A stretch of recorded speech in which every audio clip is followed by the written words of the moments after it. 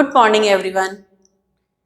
मैं Rashmi Sharma, Hindi faculty, class 10th का स्पर्श जो आपकी बुक है, उस बुक का हम चैप्टर नंबर 4 जो कि पद्य पाठ का 4th चैप्टर है मनुष्यता, आज हम आपको पढ़ाएंगे। मनुष्यता के लेखक हैं राष्ट्र कवि मैथिली शरण गुप्त, जिन्होंने इस कविता को लिखा है। मनुष्यता कविता एक बहुत ही अच्छी कविता है जिसको आप पढ़ेंगे और समझेंगे। तो पहले आप लोग सभी अपनी अपनी बुक खोल लीजिए, ठीक है। मनुष्यता चैप्टर है। मैथिली शरण गुप्त का कुछ परिचय मैं आपको बताना चाहती हूँ।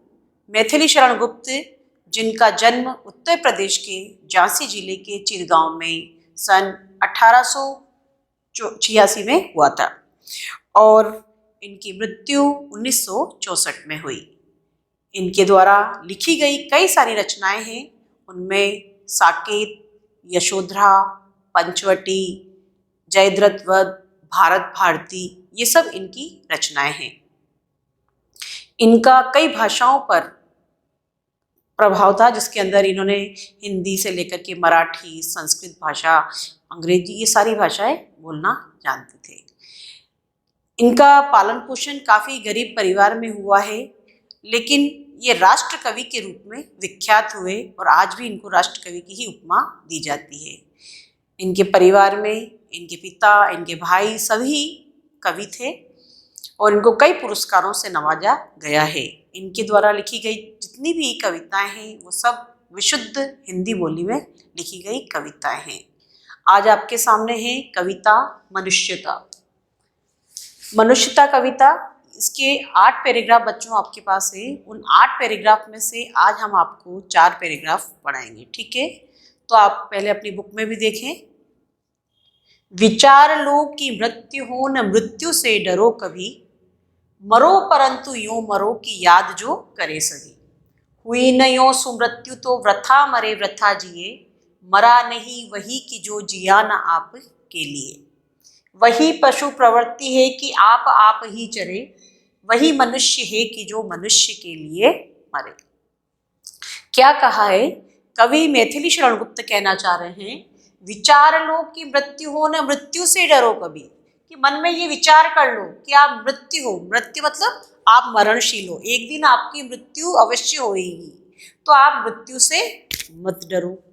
मरणशील प्राणी हो, आपकी मृत्यु अवश्य होगी। हम इस दुनिया में आया है व्यक्ति तो उसको जाना है, तो आप मरणशील हो, मृत्यु हो, तो आपको मृत्यु से कभी डरना नहीं चाहिए।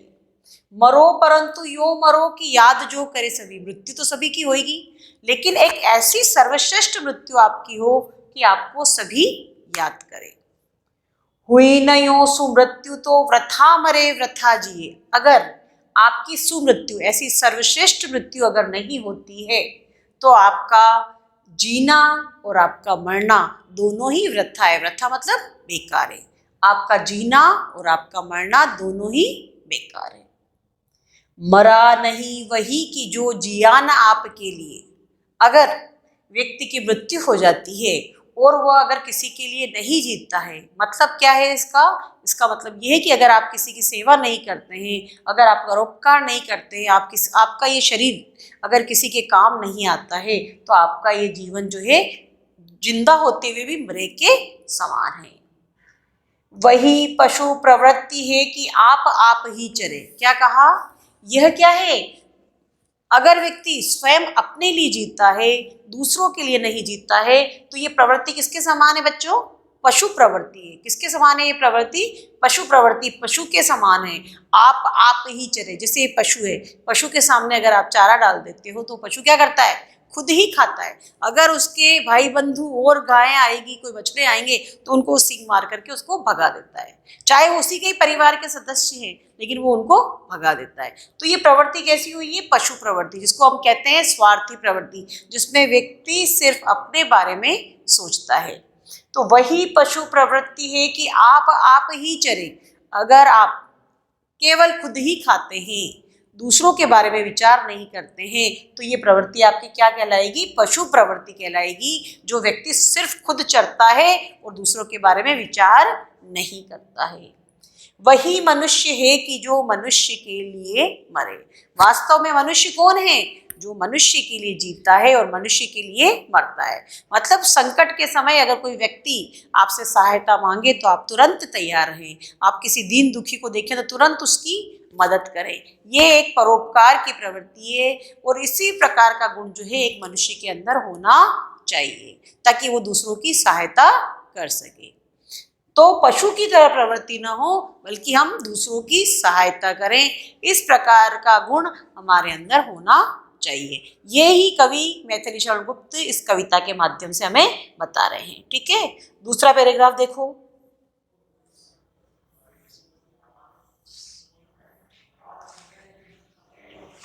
दूसरा पैराग्राफ है आपका, उसी उदार की कथा सरस्वती बखानती। क्या बोला है? मैथिली शरण गुप्त क्या कह रहे हैं? उसी उदार की कथा सरस्वती बखानती, उसी उदार से धरा कृतार्थ भाव मानती। उसी उदार की सदा सजीव कीर्ति पूजती, तथा उसी उदार को समस्त सृष्टि पूजती। अखंड आत्म भाव जो असीम विश्व में भरे, वही मनुष्य है कि जो मनुष्य के लिए मरे। क्या कह रहे हैं? कवि मैथिली शरण गुप्त कहना चाह रहे हैं, उसी उदार की कथा सरस्वती बखानती। कवि कहते हैं कि जो व्यक्ति उदारशील व्यक्ति है, जो मन में धैर्य रखता है, जो दूसरों के लिए काम आता है, ऐसे उदारशील व्यक्ति की कथा का गुणगान सरस्वती भी करती है। सरस्वती माता सरस्वती भी क्या करती है? उसका गुणगान करती है। हर जगह उस उदार व्यक्ति की हर जगह तारीफ होती है, उसकी हर जगह कथा सुनाई जाती है।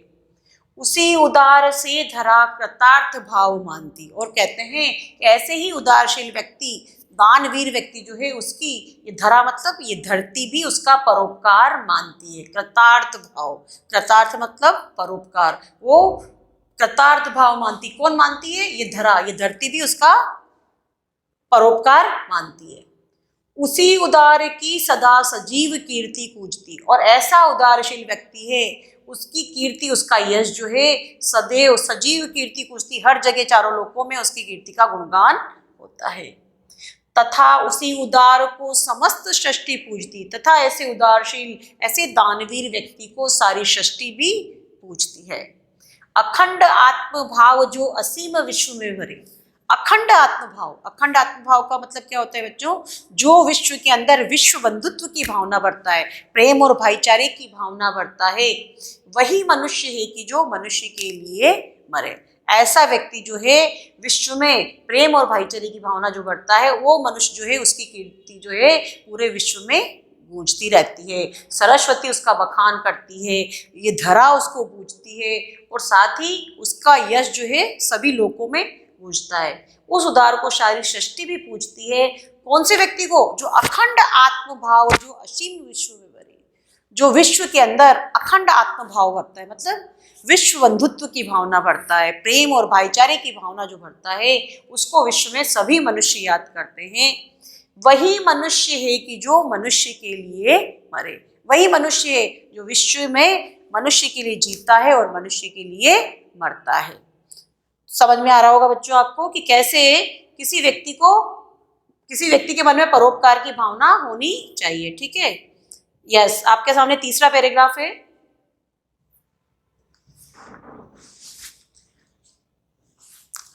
क्षुधार्त रंति देव ने दिया करस्त थाल भी, तथा दधीची ने दिया परार्थ अस्थि जाल भी। उसी नर क्षितिज ने स्वमांस दान भी किया, सहर्ष वीर कर्ण ने शरीर चर्म भी दिया। अनित्य देह के लिए अनादि जीव क्या डरे, वही मनुष्य है कि जो मनुष्य के लिए मरे।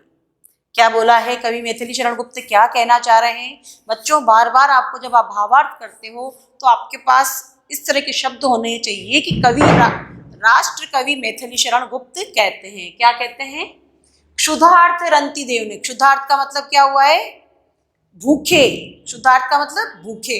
रंति देव ने, जो भूख से व्याकुल जो रंति देव थे, उन्होंने करस्त, करस्त का मतलब क्या हुआ? कर अस्त, कर मतलब हाथ, हाथ के ऊपर रखे हुए थाल को कोई भिखारी जब उनके द्वार पर भिक्षा मांगने आया तो उन्होंने भूखे होते हुए भी अपने भोजन से भरे हुए थाल को लोगों को दे दिया। ठीक है। तथा दधीचि ने दिया परार्थ अस्ति जालवी। तथा दधीचि ऋषि, जानते हैं आप दधीचि ऋषि? उनका दानवीर की गिनती में उनका नाम है, ये सब दानवीर है बच्चों आपके लिए। तथा दधीचि ने दिया परार्थ अस्ति जालवी। तथा दधीचि ऋषि जो थे उन्होंने परोपकार के लिए अपनी हड्डियों का दान कर दिया। उसी नर क्षितिज ने स्वमांस दान भी किया, और जो गांधार देश के जो राजा थे उन्होंने अपना मांस जो है दान कर दिया। सहर्ष वीर कर्ण ने शरीर चर्म भी दिया, और कर्ण जो हुए थे उन्होंने अपने कवच कुंडल दान कर दिए। अनित्य देह के लिए अनादि जीव क्या डरे, वो कह रहे हैं कि ये अनित्य जो सदा रहने वाली नहीं है ये देह, इसके लिए जीव क्यों डरता रहता है? वही मनुष्य है कि जो मनुष्य के लिए मरे। मनुष्य वो है जो मनुष्य के लिए जीता है और मनुष्य के लिए मरता है। तो हमें अनित्य देह के लिए हमें इस शरीर से इतना लगाव नहीं होना चाहिए, क्योंकि तो मरणशील है और एक दिन इसकी मृत्यु होनी ही है, इसका अंत होना ही है। ठीक है। नेक्स्ट पैराग्राफ देखो बच्चों। सहानुभूति चाहिए महाविभूति है यही। हमें सहानुभूति का गुण हमारे अंदर होना चाहिए, है ना, सहनशीलता का गुण होना चाहिए। ये हमारी सबसे बड़ी महाविभूति है, ये हमारी सबसे बड़ी पूंजी है। वशीकता सदैव है बनी हुई स्वयं ही। व्यक्ति के अंदर ऐसा गुण हो कि व्यक्ति इस चीज को अपने अंदर उतारे, जिस प्रकार से स्वयं पृथ्वी जो है वो भी हमेशा क्या करती है, सब सहन करती है, सहनशील है। विरुद्ध भाव बुद्ध का दया प्रवाह में बहा। महात्मा बुद्ध इतने बड़े संत थे और उन्होंने भी, जहाँ जनता सब उल्टी हो गई थी तो उन्होंने अपने दया प्रवाह में बह गया, मतलब उन्होंने अपने उपदेशों से सारी धरती उनके सामने नतमस्तक हो गई और उनके उपदेशों को अपने जीवन में उतारने लगी।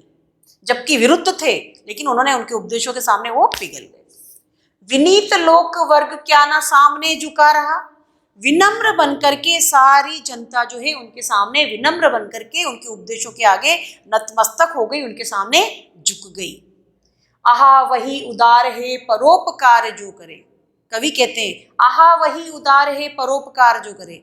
वही व्यक्ति उदारशील है जो कि परोपकार करता है, जो दूसरों के काम आता है। वही मनुष्य है कि जो मनुष्य के लिए मरे। मनुष्य वही है जो मनुष्य के लिए जीता है और मनुष्य के लिए मरता है। मतलब व्यक्ति के अंदर परोपकार का गुण होना चाहिए। इन चारों पैराग्राफ के अंदर आप समझ गए होंगे कि सारी सृष्टि उनको याद करती है, उनको पूजा जाता है, सब जगह उनका यश फैलता है और सरस्वती भी उनका बखान करती है। तो जैसे दधीचि ने, कर्ण ने और गांधार के राजा जो थे उन्होंने अपना सब कुछ दान कर दिया, ऐसे ही व्यक्ति को परोपकार की भावना होनी चाहिए। ठीक है बच्चों, अगले 4 पैराग्राफ हम नेक्स्ट क्लास में पढ़ेंगे। Thank you.